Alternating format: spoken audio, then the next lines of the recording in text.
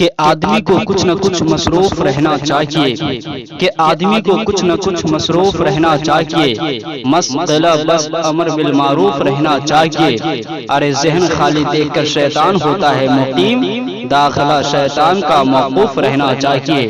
کہ آدمی کو کچھ نہ کچھ مصروف رہنا چاہیے، مشغلہ بس امر بالمعروف رہنا چاہیے۔ ارے ذہن خالی دیکھ کر شیطان ہوتا ہے مقیم، داخلہ شیطان کا موقوف رہنا چاہیے، داخلہ شیطان کا موقوف رہنا چاہیے۔ اور میں نے کہا تھا کہ منافق کی طرح تاریخ جیون ہم نہیں کرتے، کہہ دیجئے سبحان اللہ، کہ منافق کی طرح تاریخ جیون ہم نہیں کرتے، کسی غدار کے چہرے کا درشن ہم نہیں کرتے، اور جو ہیں تاج الشریعہ کا اسی کا ہم ساتھ دیتے ہیں۔ بریلی کے مخالف کا سمرتھن ہم نہیں کرتے، کہ بریلی کے مخالف کا سمرتھن ہم نہیں کرتے۔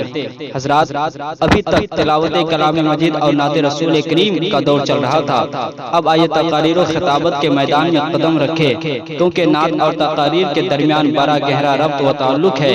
نعت کے بغیر تقریر ایک ایسا کاغذ کا پھول ہے جس میں خوشبو نہیں، یا ایک ایسا کھانا ہے جس میں نمک نہیں۔ نعت تلوار ہے تو تقریر اس کی دھار ہے، نعت شعلہ ہے تو تقریر اس کی آنچ ہے، نعت گلستان ہے تو تقریر اس کا گل ہے، نعت کلی ہے تو تقریر اس کی مہک ہے۔ تو اب میں چاہتا ہوں کہ اسی ماحول میں میں ایک ایسے خطیب کو آپ کے حوالے کر دوں، خطیب اہل سنت، خطیب جیسان مولانا محمد سلمان حسین عطاری کو میں بلا تاخیر ان 4 مصروں کے ساتھ دعوت فکر دینے جا رہا ہوں۔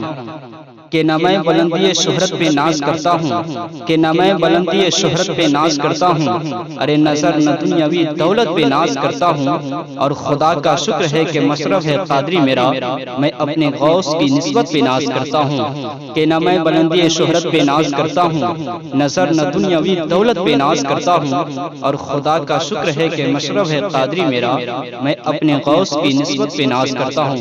اور کہا تھا کہ سب کے سب اہل سخن ہو، یہ ضروری تو نہیں، کہ سب کے سب اہل سخن ہو، یہ ضروری تو نہیں، ارے ہر کوئی صاحب فن ہو، یہ ضروری تو نہیں، اور زیب دیتا ہے یہ علامہ حسن ہی کو لقب، سارے استاذ زمن ہو، یہ ضروری تو نہیں، کہ زیب دیتا ہے یہ علامہ حسن ہی کو لقب، سارے استاذ زمن ہو، یہ ضروری تو نہیں۔ الصلاۃ والسلام علیک یا رسول اللہ وعلی آلک و صحابہ یا نبی اللہ صلی اللہ علیہ وسلم۔ ایک مرتبہ میرے نبی پیارے دو عالم صلی اللہ علیہ وسلم نماز کے لیے مسجد میں تشریف لے جا رہے تھے۔ نماز پڑھنے کے لیے مسجد جا رہے تھے، جس راستے سے میرے نبی کا گزر ہوا، جس راستے سے میرے نبی گزرے، اس راستے میں ایک عالیشان محل بن رہا تھا، بڑا ہی خوبصورت ایک مکان بن رہا تھا۔ میرے نبی نے فرمایا یہ کس کا مکان ہے؟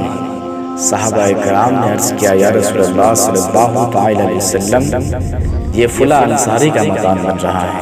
اللہ کے نبی صلی اللہ علیہ وسلم نے اس مکان کو دیکھا اور دیکھ کر کے آگے بڑھ گئے۔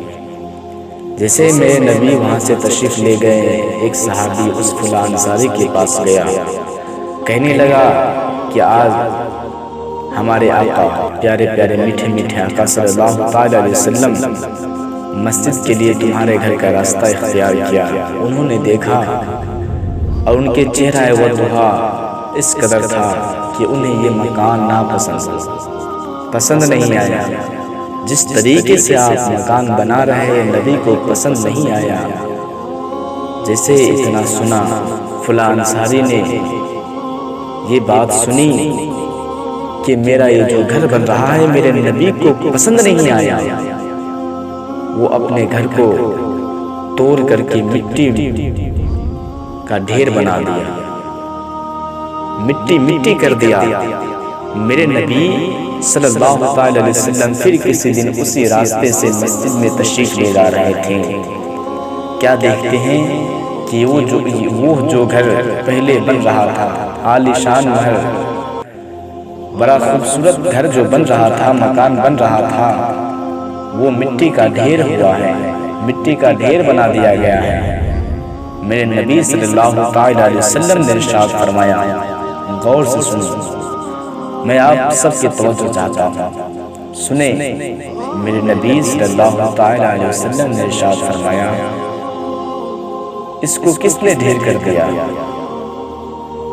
یہ جو گھر عالی شان محل بن رہا تھا اس کو کس نے گرایا ہے؟ صحابہ کرام نے عرض کیا رسول اللہ صلی اللہ علیہ وسلم مکان مالک نے خود ہی گرایا ہے، خود ہی مٹی کا ڈھیر بنا دیا ہے۔ میرے نبی پیارے دو عالم صلی اللہ تعالی علیہ وسلم نے ارشاد فرمایا اس فلاں انصاری کو بلایا جائے۔ جب انہیں بلایا گیا نبی کی بارگاہ میں ان کی حاضری ہوئی، نبی نے ارشاد فرمایا کہ یہ جو تمہارا گھر بن رہا تھا میں پہلے آیا تو دیکھا کہ عالی شان محل بڑا ہی خوبصورت مکان بن رہا تھا، وہ تم نے کیوں گرا دیا، کیوں مٹی کا ڈھیر بنا دیا؟ وہ صحابہ کرام کا عقیدہ دیکھے اس وقت میں آپ کی توجہ کا طلبگار ہوں۔ صحابہ کرام وہ فلاں انصاری عرض کرتے ہیں یا رسول اللہ صلی اللہ علیہ وسلم دیکھیں اس کا جذبہ ایمانی کیا ہے، عشق مصطفیٰ کا کیا عالم ہے، اس کا جواب سنیں۔ وہ صحابہ کرام وہ فلاں انصاری عرض کرتے ہیں اے میرے آقا میں سنا تھا کہ یہ مکان آپ کو پسند نہیں ہے۔ اللہ اکبر،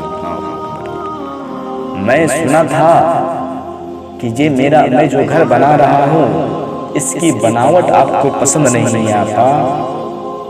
جیسے ہی میں نے یہ سنا میرے دل کو یہ گوارا نہ ہوا کہ میں وہ گھر بناؤں جو میرے مصطفیٰ کو گوارا نہ ہو۔ یا رسول اللہ یہی وہ وجہ ہے جس کی وجہ سے میں نے اپنے گھر کو توڑ کر کے مٹی کر دیا۔ اب میں آپ کو اس سے نصیحت کرتا ہوں، وہ فلاں انصاری نے عالی شان محل کو کیوں توڑا؟ نبی کو پسند نہیں تھا، اور عقیدہ بھی یہی ہے کہ وہی کام کرے جو نبی کو پسند ہو۔ آپ دیکھیں آپ جو لباس پہنتے ہیں وہ نبی کو پسند ہے کہ نہیں؟ آپ جس انداز میں کھانا کھاتے ہیں کیا وہ میرے نبی صلی اللہ علیہ وسلم کو پسند بھی ہے کہ نہیں؟ آپ جس طریقے سے اذان کی بے حرمتی کرتے ہیں، نماز نہیں پڑھتے، کیا یہ میرے نبی کو پسند ہے کہ نہیں؟ آپ جو کام کرتے ہیں، جو افعال کرتے ہیں، جو بولتے ہیں، کیا وہ میرے نبی کو پسند ہے کہ نہیں؟ اگر پسند ہے تو اس پہ عمل کرتے رہیں، اور اگر پسند نہیں ہے تو خدا کے واسطے اسے چھوڑ دیں۔